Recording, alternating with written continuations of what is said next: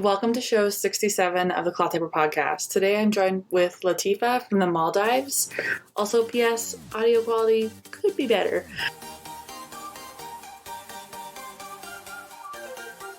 Welcome back to the Cloth Diaper podcast. The Cloth Diaper podcast is a somewhat regular show dedicated to sharing stories of cloth diapering from parents, brands, and retailers around the world. We've just had a jam-packed couple of episodes where we've talked with amazing cloth diaper brands from Charlie Banana to Baba and Boo and Assembly Baby. Today, however, is a cloth diaper parent story. We're bringing it back around for a full circle, and we're talking with a mom from Malaysia. I am so excited for today's story. It was so awesome to get to connect with a follower, somebody who's been listening to the show for a long time, as well as a mom from another part of the world. So much of our cloth diaper experience is just what we know on our street. So this show is just going to be pretty awesome, old school conversation. We kind of talk a lot about a lot of different things. I'm not sure if there's like a moral of the story as much as it's just sitting down and sharing. If you're subscribed to my newsletter, you might be surprised that I'm sharing this story from Malaysia because on the schedule it was supposed to be Cooper Rose. I really wanted to share Cooper Rose today, being the week coming up to Earth Day, because she is an incredibly eco-friendly and sustainable brand. But for some reason, I lost the Zoom recording. So Darren and I are going to sit down again and we will try to record and get that out to you. I did receive one of her diapers and I do plan on publishing the review this week, so follow me on social media to learn more about that fitted diaper. Today's episode of the Cloth Diaper podcast is brought to you by Lily and Frank Diapers. Lily and Frank Diapers creates handcrafted fitted cloth diapers in Langley, BC. That's pretty close to where I live. Well, not super close, but more close than Malaysia.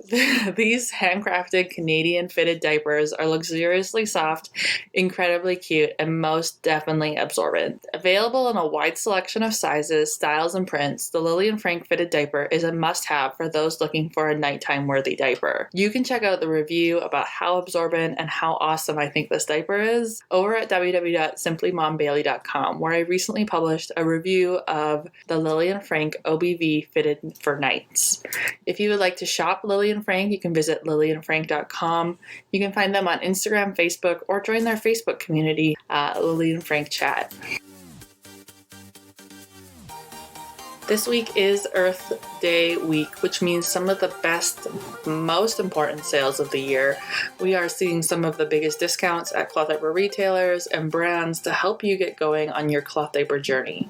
This is a great time to build your stash, a great time to support small retailers and businesses, a great time to make some switches over in your life. Some sales have already started and some have not. So if you are following me on social media, I will be resharing anything that I see. I also have a list over at theclothdiaperpodcast.com for you to learn more about Earth Day 2021 sales. I can't wait to support the entire industry this Earth Day and find some great ways to share with you. There will also be the Great Cloth Diaper Change. Come join Anna and I over on Facebook for this year's event. You'll find that link on Facebook again. That is April 24th at 11 a.m. And the Flats and Hand Washing Challenge will be the next coming up in May. I have some fun guests coming up on the show, as well as a full week of amazing interviews with diaper banks and incredible people who are doing a lot of important work towards diaper need in the United States. I think that is about it.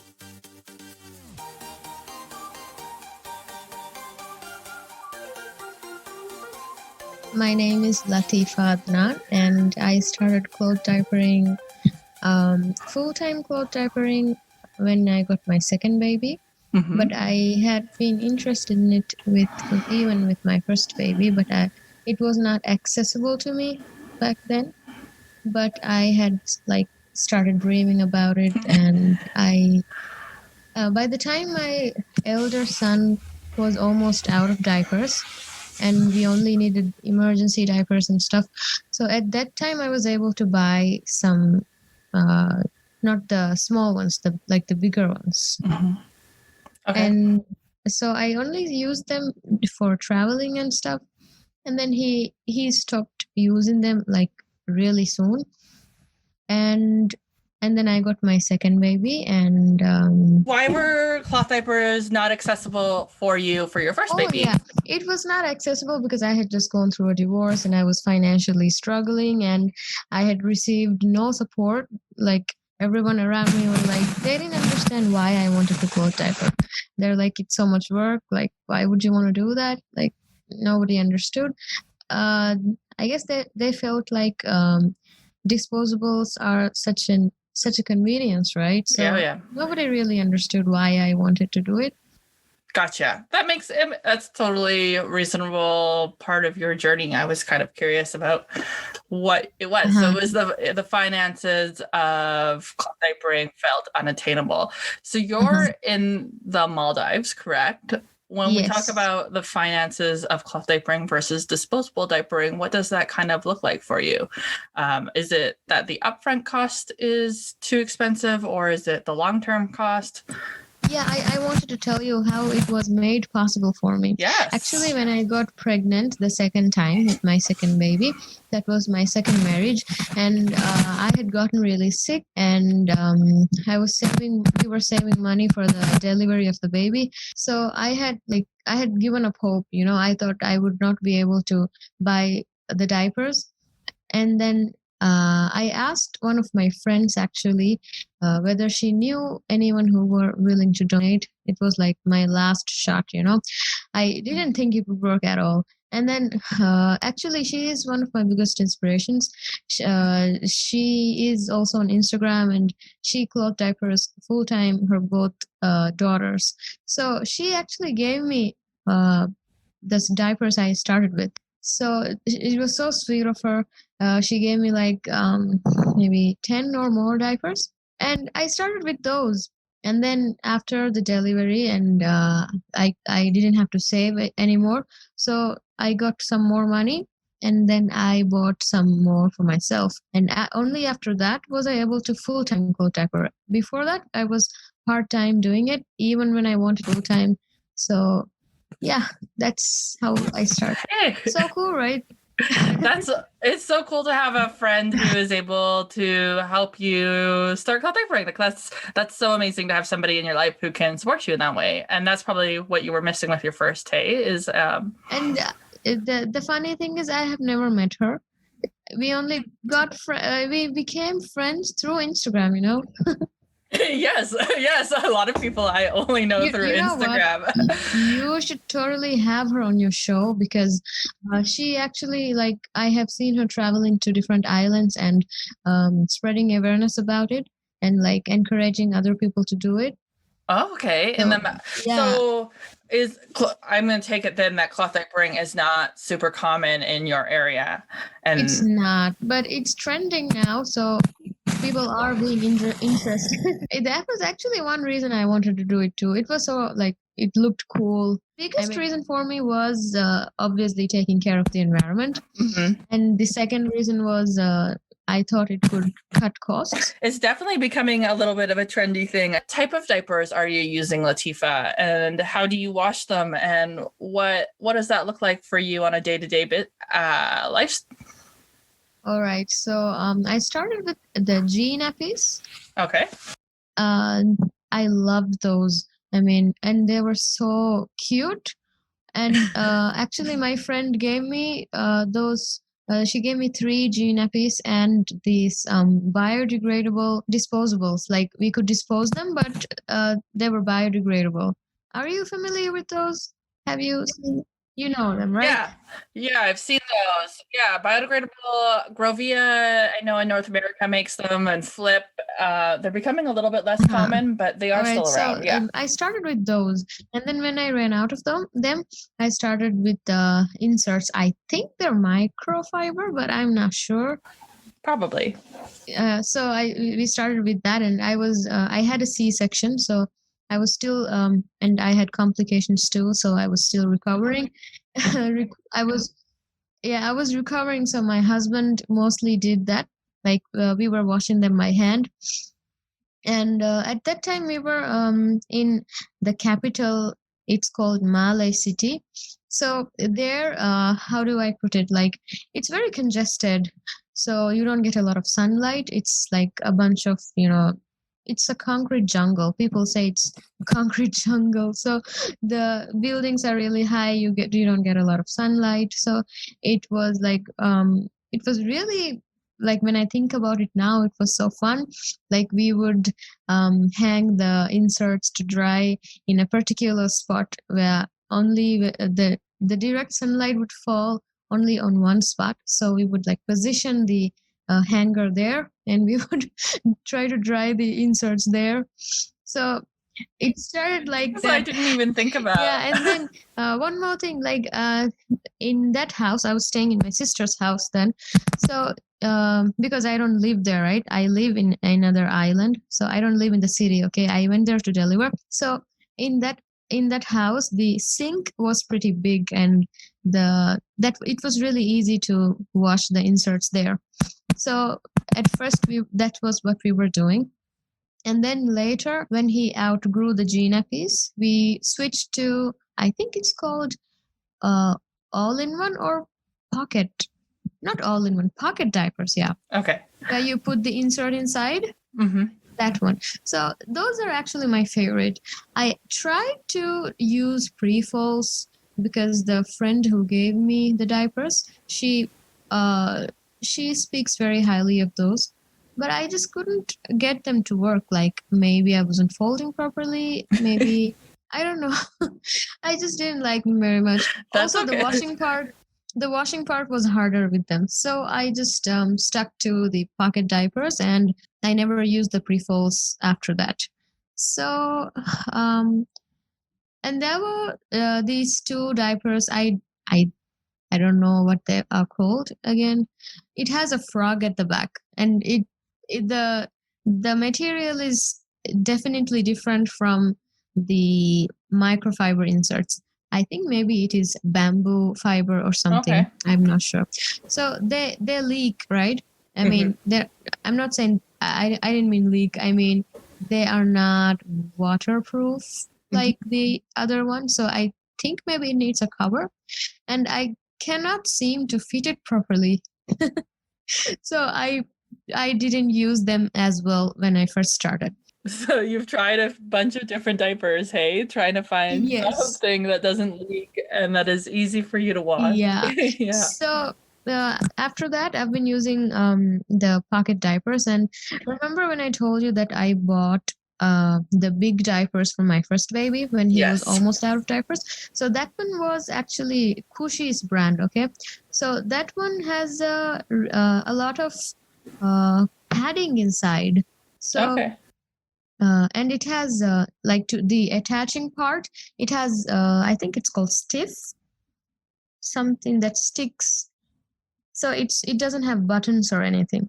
So I started using those big diapers for my a smaller baby, even when he didn't like it wasn't a good fit, but I was still using it because I wanted to switch to full time so bad, and I didn't have enough diapers, right? But then when I started washing them, that part where you attach it got worn out. Okay. So I can't use that anymore. So what I did was I took out the frog diapers that I said, which I didn't like. So I'm using those for his nighttime.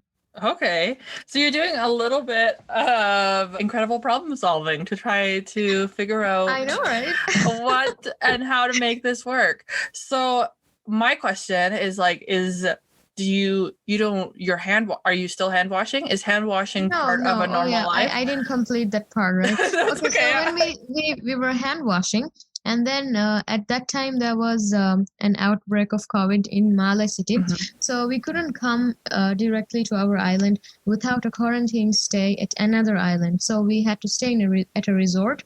So it's one of those luxury resorts. So the government was like keeping people in those resorts for like, it was a vacation for us. So you can imagine the size of the sink there. It was again pretty big, and we had lots of space, lots of sun. So by then I had like started recovering, and I started washing as well. But I still had this like disgust because, this disgust you feel during pregnancy, it doesn't go away right after you give birth, right? So I was still a bit disgusted with poop and everything. But I was washing with my husband too, so that was fun. And then after we came to our like home, to our island, original like where we live, we don't have such a big sink, right? So we actually started trying to hand wash. We tried to hand wash, but it wasn't working for us. So we switched to using a machine, like it's an auto machine, like you don't have to take it out or anything. Just put it in, just press some buttons, and that's it. Is that okay? So, excuse my naivety because I don't know what life in the Maldives is like. Is an automated washing machine a normal part of day-to-day life, or a luxury item, or what is that? It is pretty normal these days now. Yeah, it used to be kind of a luxury thing when I was younger, but now it's becoming normal. And when I wanted to tell you something about the wash routines. I read your article, and thank you so much for writing it. Like, I was doubting myself. I was like, I didn't know what a wash routine is until this week, because someone else was posting about it. And then I was like, what the hell am I doing? Am I doing this wrong? Like, am I washing the diapers wrong? But after reading your article, I was like, it's fine. I'm doing fine.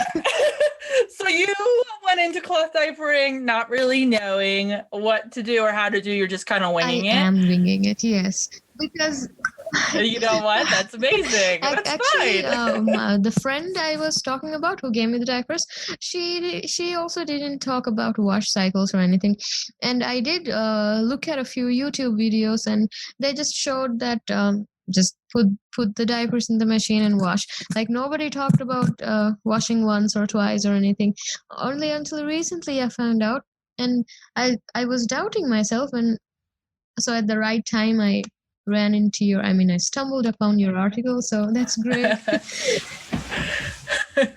Well, it's great that you were doing the right thing to begin with, that you trusted in yourself and that you were trying to figure out wash routine. Because I feel a little bit silly because I write about wash routines from a very North American perspective. And so I never want to assume, though, that is going to work for other parts of the world. Well,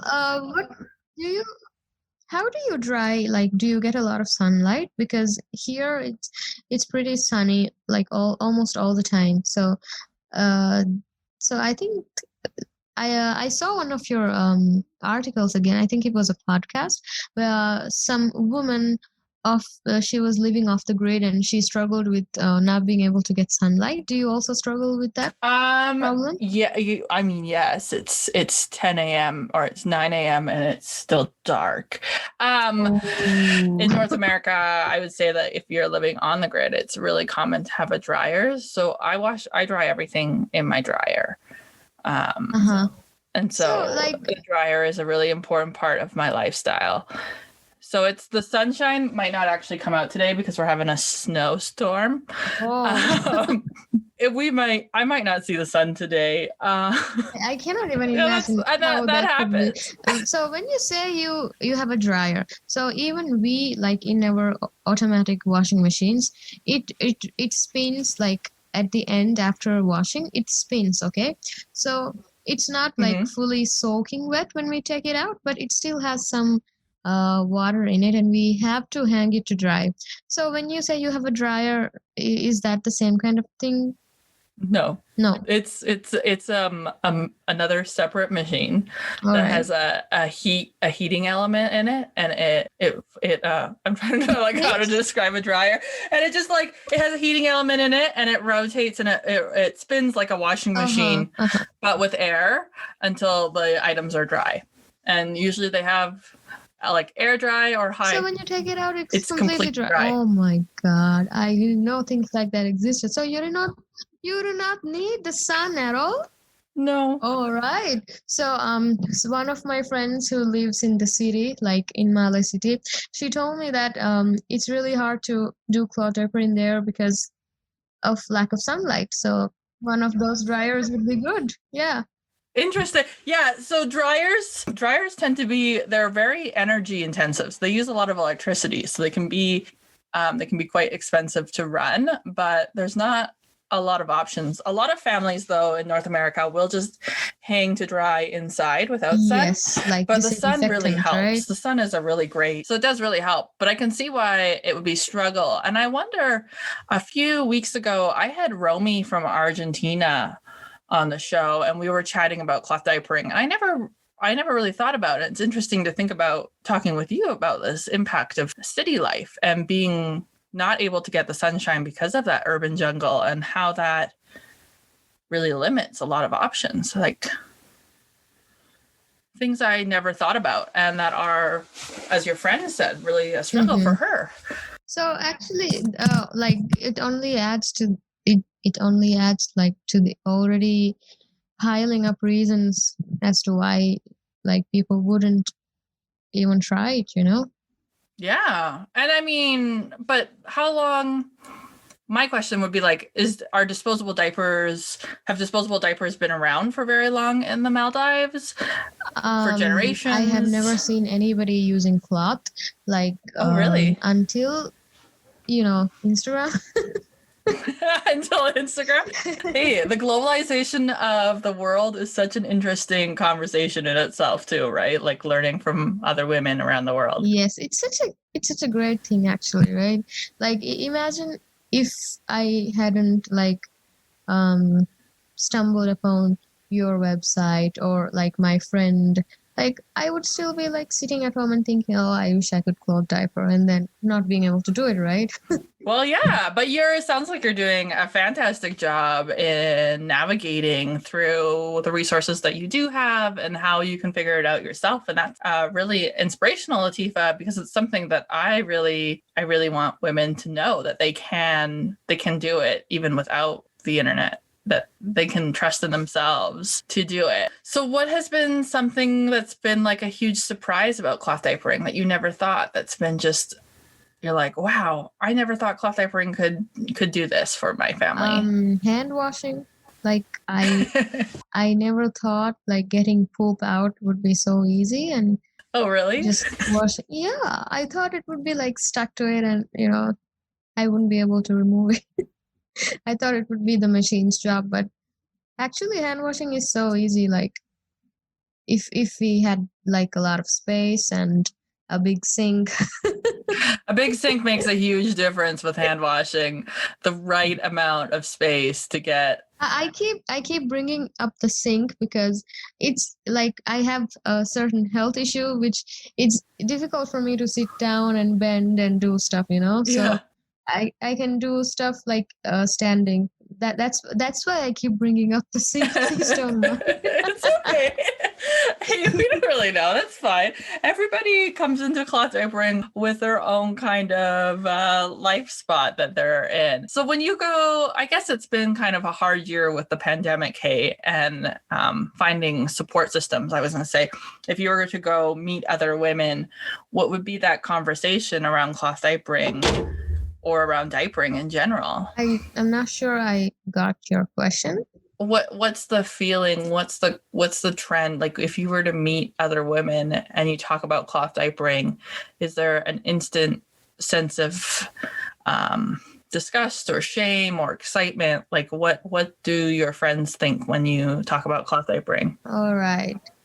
Well, most people are like in, how do I put it? Like they're really surprised actually that someone would willingly, when they have such a convenient option, why would anyone like stop using that? And like when we say cloth diaper, people usually think it's the flats, the ones our mothers and people used to use, and they imagine that hassle, that why would we choose to um Mm-hmm. like why would we choose that hassle when we have such a convenient option? And then the other thing that surprises them is how beautiful they look, right, like the prints and the colors and stuff. Yeah. So everyone tells me, like, when you said cloth diaper, I thought it's like the white cloth that people used to use. These are so beautiful. And then they usually ask, like, how do you do this? And then I show them the insert and how I put it in. So I try to promote it with everyone who asks, but So you're having the same conversations that we're having, in which we're trying to be like, hey, no, cloth diapers have come a long way since our parents. They are these really yeah, cool, beautiful usually things. usually I don't have a lot of real life interaction with people because so I'm living in my husband's island, so I didn't grow up here. So I only married him like 2 years back, and I moved here. So I don't have a lot of friends in this island as such. But then online, I do try to, like, I do have friends, and I'm able to get in, have in-depth conversations about things. So here it's like in real life interactions, it's a very short, Yeah, it's hard when you move to a new place Yeah. that's not where you grew up. Yeah, I live in a town where I didn't grow up, and it's taken a long time to kind of get comfortable with people in that journey. What is my quick curiosity is the cost of disposable diapering. What is the cost of disposable diapering compared to the cost of cloth diapering for your family? It's definitely cheaper to get disposables, Okay. Yeah. So, but then in the long run, like especially if you plan to use it for all of your children, then it's definitely cheaper. Mm-hmm. But then there is the electricity aspect. Yes. And the detergent aspect of it too.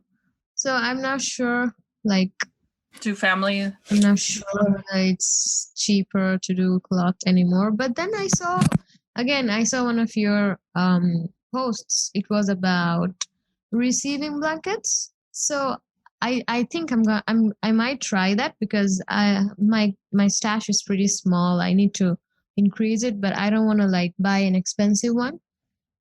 I don't want to buy expensive diapers again. So I might, Yeah, repurposing old materials is a great way to save your cost. Yeah, but I never thought receiving blankets could be used as diapers. Anything that absorbs liquid you can use as a cloth diaper. I think, like t-shirts, receiving blankets, like if it absorbs pee, then you can fold that up and you can use it as a diaper.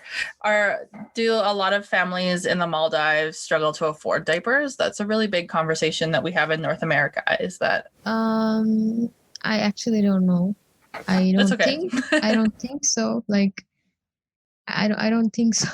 Except that's the fair. Really poor people, maybe. That's always, and I know a lot of cloth diaper brands in the US and in Canada, or especially in the United States, talk about diaper needs. So I'm always curious about how that looks in other parts of the world. And so, but yours kind of shaping the story that disposable diapers are a super kind of affordable and convenient way for our families. And so choosing to do something a little different has been an interesting journey for yourself. Like, don't get me wrong, okay? When I say affordable, it's not like really, really cheap, but compared to buying cloth diapers, it's definitely cheaper, I think. Like, that initial investment you have to spend, like if you are planning to full-time cloth diaper before you get your baby, like if you have to buy a stash, then that cost is pretty high, Yeah. That's what I'm trying to say. Okay. So I think what you mentioned about receiving blankets or even old cotton t-shirts, I think if we could, like, pitch that idea to people, then people might be interested in that. Like, instead of buying, these hi-fi brands. you know? And I think that was a conversation that I was really having with Romy from Argentina the other day too. And somebody else I had on the show too. We were really talking about needing to shift a lot of our conversations from always needing to buy new to the fact that we can repurpose. And then sometimes the only thing that you need to buy new is the waterproof cover or the waterproof pocket diaper, right? It's just, that's a lot of, that's a big shift in conversation. It can be, I know here in North America, it can be sometimes uncomfortable for people to talk about repurposing and reusing things. So it can be a bit of a challenge. Is that like a taboo kind of thing? Like, I think it's just like a sense of pride thing. Yeah. All right. And now you've got me thinking about like global economies of cloth diapers. A lot of the cloth diapers that you've mentioned today are big international brands. Where do people buy cloth diapers? If you had some money today and you wanted to buy a brand new cloth diaper, where would you go? That's a great question. My friend who gave me the diapers, she said she bought all of them online. She brought it from abroad. And the other ones that I bought afterwards, I bought it from Instagram pages, like Instagram shops, you know. So even they would bring from abroad. Okay. Is there anybody locally? Do you know? Like in the Maldives? Yeah. No, not at all. Okay. We actually don't produce a lot of stuff here. It's a tiny, teeny place. But the only thing we do produce is fish and fish products. Fish. I know I had Googled, my husband and I was talking this morning. I was like, I have a phone call with a woman from the Maldives and from Hong Kong today. Where are the Maldives? And he was like, this is going to be like super embarrassing. For some reason, I thought the Maldives were European. And he was like, no, I think it's Asia, Bailey. And I was like, okay. A lot of people actually mix it up with Mauritius, or people think it's from Middle East. You're off the coast of India. Okay, that's definitely not where I thought. Close to India, but then we are not like Indians, like at all. There's a lot of cloth diapering going on in India right now. A lot of brands. Yeah, I didn't know. Yeah, I have. I've worked with Super Bottoms from India, and the Great Cloth Diaper Change is coming up, and there are a lot of great cloth diaper changes that happen in India. So the cloth diaper conversation in India is changing. Okay, you guys this is a super tiny country. Yes, like I said, it's a really tiny place and we don't manufacture a lot of things. So here the two most biggest industries are the tourism industry and the fishing industry. So have you ever heard of people coming to these 7-star resorts and stuff? Google showed me some beautiful resorts. So yeah. That is not how life is like for locals. Make no mistake. That is only the resorts, only, meant for the really rich people. So, in small countries like this, I would see that life would be very different than these beautiful blue ocean resorts. Does that mean that all of your goods and services are shipped in or flown into the country? Actually, I think a lot of stuff is imported. Like there is a farming going on too, but then even most of the food is imported. Like I said, it's only tourism and fishing which are like the main biggest two industries. What do you guys do? What do you guys do for your weight? Like where does garbage go in the Maldives? We burn it. Oh. Open burning. It's terrible, really. I mean, like in the islands, mostly the compostable waste, they throw it in the ocean. And the other stuff that can be burned, it will be in an open burning setting. It's really sad. But does that make the air pollution pretty bad? Not as bad as not so bad that people realize it's bad, but obviously it is bad. I think it's out of sight, out of mind. It's all right. It's all good. Okay. But then I'm proud to say that we have NGOs and people trying to raise awareness and actually do things even in the policy making level, Recently, Yeah. our president actually did ban certain single-use plastics items as well. And in some islands, they do have recycling plants, and interesting things are going on, but it's way too slow. We're in a climate crisis, right? Yeah. Are the Maldives a place that's at risk for ocean level rising and disappearing? I don't know. Oh, okay. That's fine. That's fine. It's really unsettling. Like even from a very young age, like people keep telling us, like our islands are sinking, and then I try to like block it out. Oh, okay. That is a very It's scary thought. really I grew up in an area where earthquakes are really prominent, and we just like kind of just ignore that. Let's not talk about that. We'll just keep living so our that's life. exactly what we are both doing, like using denial as a coping mechanism, I guess. Yes, maybe not the healthiest choice, but important to recognize in Yes. this conversation. Okay, this is super interesting. Learning a lot about the Maldives, about what life is like. I think these are really great conversations. I know before I hit the record button, Latheefa, you were like, I'm not sure what I can offer, but what you have offered is a great insight into what diapering might look like in another part of the world, about things about your journey. I think your journey in exploring cloth diapering is really empowering and a good reminder that we don't need to know all the answers, and we can just trust in ourselves to figure out what we're doing. And if somebody was listening from around the world today, what's like your one big, like, what's that one thing, Latheefa, that you would tell a new mom about cloth diapering? I would say, like, if you are interested even a little bit, then just go for it. Like, dive right into it, because if you heard what I was talking about, you must have known that I had pretty much no idea what I was doing. But then, there was a lot of trial and error. I was experiencing problems with leaking and all that. And I just, I didn't tell anybody. I just tried to fix it. Like me and my husband, we both like talked with each other, and we used trial and error to overcome all of that, because we knew like the moment we tell someone else, it's leaking, they're like, yeah, I told you it's gonna leak. So we didn't want to face that. So after like my baby is now 9 months, so we've been part-time doing it from 2 months, and full-time I think maybe 4 months. So now I think I've got it figured out. So yeah, if I can figure this out, like I'm still figuring things out. So it's best to just dive right into it with the resources that you already have. And you started part-time for a little bit there until you could get the resources that you needed to go full-time. You found that balance. So you didn't let that fact that you couldn't go full-time stop you. Yeah. Yeah, I love that too.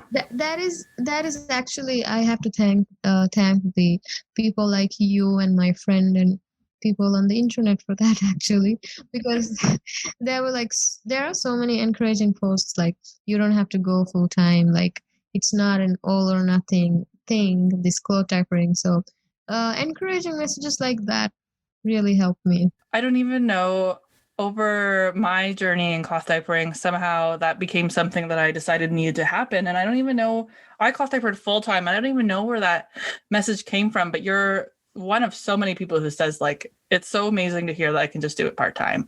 I can just casually go into it. Thank you, Latheefa, for sharing your story with us about cloth diapering in the Maldives, about your journey through cloth diapering. I think wherever you are in the world, the story had a little bit to offer, and I hope that you enjoyed the perspective. A lot of this show is going to repeat again when I chat with Pam from the Philippines. I've had a really global and international kind of year with talking with parents around the world about cloth diapering, and can't wait to continue to bring you more stories. If you love the Cloth Diaper podcast, be sure to come follow us on social media. Come and participate in the stories. And I'm always looking for more guests. I'm always looking for written guest posts. And I would love it if you shared your story.